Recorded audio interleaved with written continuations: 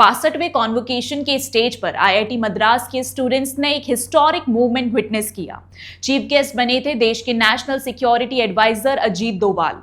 लेकिन ये एक रूटीन स्पीच नहीं थी, ये था डोभाल जी का पहला पब्लिक स्टेटमेंट ऑन ऑपरेशन सिंदूर, वो सर्जिकल स्ट्राइक जिसमें इंडिया ने पहलगाम टेरर अटैक के जवाब में पाकिस्तान और पीओके के अंदर घुसकर 9 टेररिस्ट बेसिस को प्रिसाइज टारगेटिंग के साथ डिस्ट्रॉय किया था। ऑपरेशन सिंदूर के बारे में अब तक जो भी इंफॉर्मेशन थी वो या तो डिफेंस सोर्सेज से लीक होती थी या एनोनिमस इनपुट्स के थ्रू मीडिया तक आती थी। लेकिन आईआईटी मद्रास के इस स्टेज पर डोभाल जी ने खुद ऑफिशियल कंफर्मेशन दी, टाइम, लोकेशन, टारगेट और इंडिया के इंडिजिनियस मिलिट्री कैपेबिलिटी का फुल ब्रेकडाउन दिया।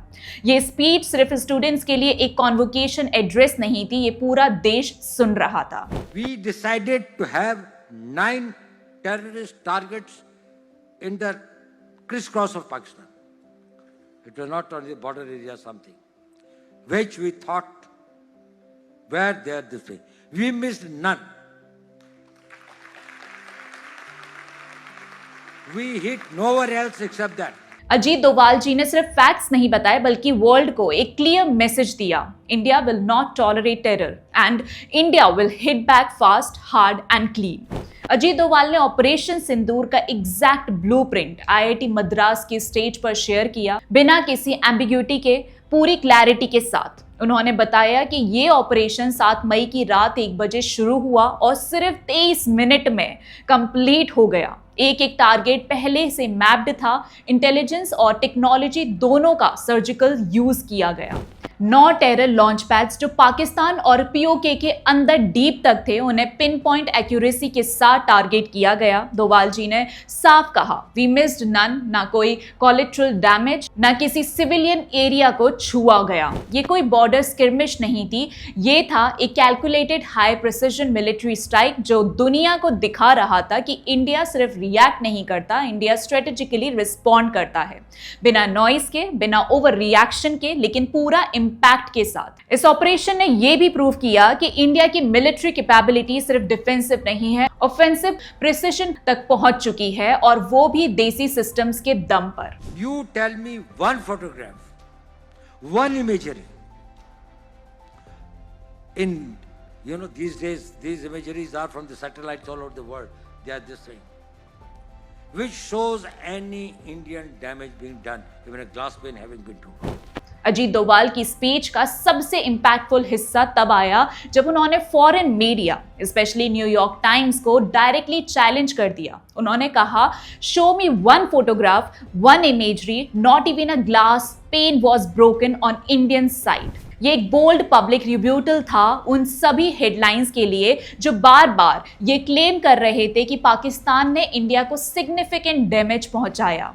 डोभाल जी ने कहा, अगर ऐसा है तो कहां है प्रूफ, कहां है वो फोटोज, वीडियो, सैटेलाइट इमेजेस जो ये सब कंफर्म कर सके। रियलिटी ये है कि सैटेलाइट इमेजेस ने तो पाकिस्तान के 13 एयरबेसेस जैसे सरगोदा, रहीम यार खान, चकलाला पर डैमेज दिखाया है, लेकिन इंडिया में ऐसी एक भी इमेज नहीं मिली जो किसी रिटेलिएटरी डैमेज को कंफर्म करे। ऑपरेशन सिंदूर की सक्सेस का असली हीरो सिर्फ प्रिसिजन प्लानिंग नहीं था। अजीत डोभाल ने स्पॉटलाइट दिया इंडिया के इंडिजीनियस डिफेंस सिस्टम्स पर। उन्होंने ओपनली प्रेज किया BrahMos cruise missiles, Akash surface to air missiles और integrated air command and control system को, जिन्होंने इस एंटायर ऑपरेशन को सीमलेस और एरर फ्री बनाया। डोभाल जी ने यह भी बताया, ये मिशन सिर्फ एक मिलिट्री रिस्पॉन्स नहीं था, ये था एक टेस्टामेंट ऑफ इंडियाज आत्मनिर्भरता। No imported weapons, no borrowed tech, सब कुछ इंडिया में बना, इंडिया के दिमाग से बना और इंडिया के एनिमीज पर लगा। ये एक क्लियर मैसेज था कि आज की इंडियन मिलिट्री डिपेंडेंट नहीं, केपेबल है। अजीत डोभाल ने स्टूडेंट्स और साइंटिस्ट को भी इंस्पायर किया कि देश के लिए काम करने का मतलब सिर्फ यूनिफॉर्म पहनना नहीं होता, बल्कि लैब में बैठकर मिसाइल गाइडेंस सिस्टम बनाना भी एक देशभक्ति है। ये प्राइड सिर्फ एक मिशन की सक्सेस का नहीं, एक लॉन्ग टर्म विजन का था, जहां इंडिया अपना फ्यूचर खुद डिजाइन करेगा और डिफेंड भी। इस स्टेटमेंट के साथ अजीत डोभाल जी ने नरेटिव का कंट्रोल वापस ले लिया। उन्होंने क्लियरली सिग्नल किया, इंडिया सिर्फ मिलिट्री लेवल पर नहीं, इंफॉर्मेशन वॉरफेयर में भी प्रिपेयर्ड है। और हम किसी भी फेक नैरेटिव को चैलेंज करने के लिए तैयार हैं। अजीत डोभाल जी ने अपनी स्पीच का एक क्रूशियल पार्ट डेडिकेट किया इंडिया के फ्यूचर टेक विजन को, स्पेशली 5G और आर्टिफिशियल इंटेलिजेंस पर। उन्होंने क्लियरली वार्न किया कि अगर हम इंपोर्टेड 5G टेक्नोलॉजीज पर डिपेंडेंट रहे तो हम अपने क्रिटिकल सिस्टम्स और नेशनल सिक्योरिटी को दूसरों के हाथ में दे रहे हैं। लेकिन उसके बाद उन्होंने प्राउडली बताया कि कैसे IIT मद्रास और प्राइवेट सेक्टर के कोलैबोरेशन से सिर्फ 2.5 साल के अंदर इंडिया ने अपनी इंडिजिनियस 5G कोर इंफ्रास्ट्रक्चर खुद डेवलप कर ली। ये सिर्फ एक टेक्निकल अचीवमेंट नहीं, स्ट्रेटेजिक इंडिपेंडेंस का सिंबल है। फिर आई AI की बात। अजीत डोभाल जी ने AI को डिस्क्राइब किया एज अ गेम चेंजर। उनका विजन क्लियर था, AI सिर्फ एक बज़वर्ड नहीं बल्कि एक मल्टी सेक्टर फोर्स मल्टीप्लायर है। चाहे डिफेंस हो, हेल्थ केयर, फाइनेंस या रोबोटिक्स, इंडिया को हर फील्ड में AI का अपना लीडरशिप स्टैब्लिश करना होगा। उनका मैसेज था, जो AI में लीड करेगा वही दुनिया में लीड करेगा, और ये लीडरशिप किसी और से नहीं, हमारे यूथ, साइंटिस्ट और इंजीनियर से आएगी, जिनके सामने आज देश ने नया मिशन रखा है, innovate for Bharat, defend for Bharat. Ajit Doval ji ने अपनी स्पीच का एंड किया एक स्ट्रॉन्ग मैसेज के साथ। ऑपरेशन सिंदूर सिर्फ एक मिलिट्री सक्सेस नहीं था बल्कि एक विजन था न्यू इंडिया का। उन्होंने इस ऑपरेशन को डिफाइन किया इन 4 word: precise, calibrated, indigenous, zero collateral damage. ना सिर्फ एनिमी को टारगेट किया गया बल्कि हर स्टेप पर यह इंश्योर किया गया कि सिविलियन लाइफ, इंफ्रास्ट्रक्चर और इंटरनेशनल नॉर्म्स का पूरा रिस्पेक्ट हो।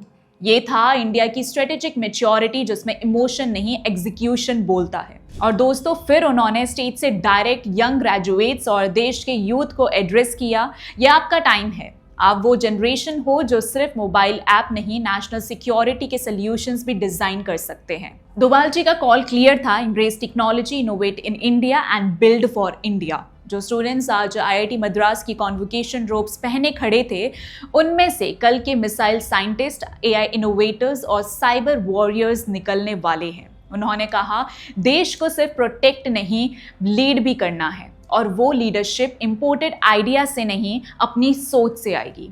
अब दोस्तों, इस पर आपके क्या विचार हैं, हमें कमेंट सेक्शन में ज़रूर बताइएगा। और वीडियो पसंद आई हो तो लाइक, शेयर और चैनल को सब्सक्राइब करना ना भूलें। मिलते हैं अगले वीडियो में, तब तक के लिए जय हिंद।